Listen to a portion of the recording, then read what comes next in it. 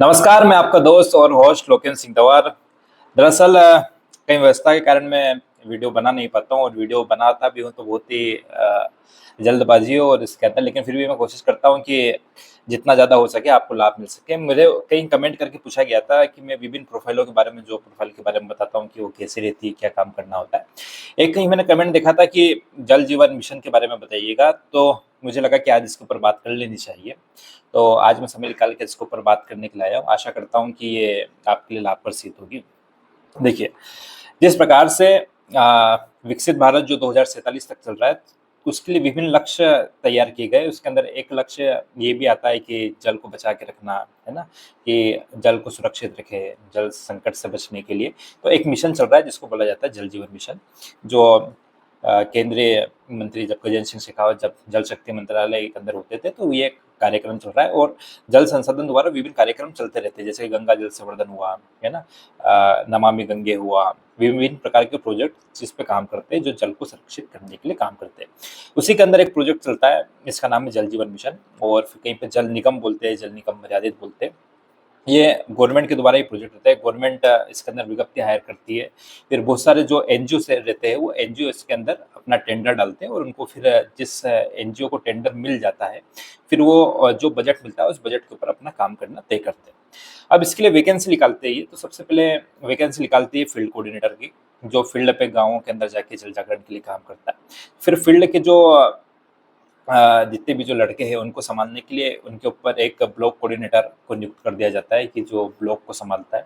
फिर उनके ऊपर एक प्रोग्राम मैनेजर या प्रोग्राम कोऑर्डिनेटर को नियुक्त किया जाता है, और साथ ही साथ जो ये फील्ड पे जो काम करते हैं, ब्लॉक कोऑर्डिनेटर काम करते हैं, इनको डाटा को मैनेज करने के लिए कंप्यूटर ऑपरेटर और एमआईएस जैसे पद को निकालते हैं।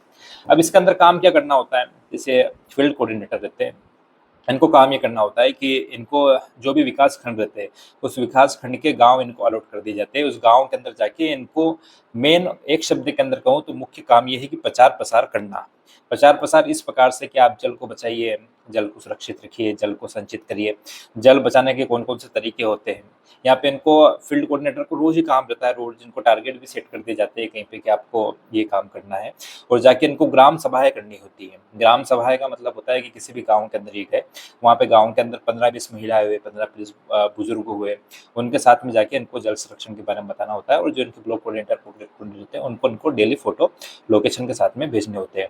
इनको जल संरक्षण के लिए स्कूलों के अंदर जाना होता है, कॉलेजों के अंदर जाना रहता है, वहाँ पे इनको पेंटिंग करानी होती है, चित्रकला प्रतियोगिता, रंगोली, जैसे भी करके ये जल जागरण का प्रचार-प्रसार के लिए उसके अंदर करें। इनको जो आंगनवाड़ी कार्यकर्ता रहते हैं, उनके साथ में जाना होता है। इनको जनप्रतिनिधियों को इस कार्यक्रम से जोड़ना होता है कि हम ये जल संरक्षण के बारे में कर रहे हैं उसके अंदर। इनको सर्वे करना होता है कि जल संरक्षण के बारे में गाँव की क्या राय है, और जो साथ ही साथ इनको पीआरए करना होता है कि एक गाँव का एक डिटेल मैप तैयार करें कि इस गाँव के अंदर पानी की क्या स्थिति है ना? क्या इसके अंदर डैमेज कंट्रोल किया जाए, ये सारे काम इसके अंदर होते हैं। तो इसके अंदर मुख्यतः 3 से 4 प्रकार की वैकेंसी निकलती है, जैसे कि मैंने आपको बताया, जो कंप्यूटर ऑपरेटर है, इस कंप्यूटर ऑपरेटर का काम जो रहता है, वो पूरे डाटा को मेंटेन करना होता है। अब ये जब अलग-अलग एनजीओ को जब बजट मिलता है, तो सरकार तो बजट हायर कर देती है, जैसे कि इस एनजीओ को इतने करोड़ मिले या इतने लाख रुपए मिले। अब वो एनजीओ के ऊपर निर्भर करता है कि वो अपने यहाँ पे काम करने वाले जो एम्प्लॉयी को रखता जाता है, वो उसको कितने पैसे देना है। हो सकता है कि इंदौर के अंदर कोई कंप्यूटर ऑपरेटर है, उसको 15,000 रुपए मिल रहे हैं, लेकिन अगर कोई उज्जैन के अंदर कंप्यूटर ऑपरेटर है, तो उसको 12,000 रुपए मिल रहा है।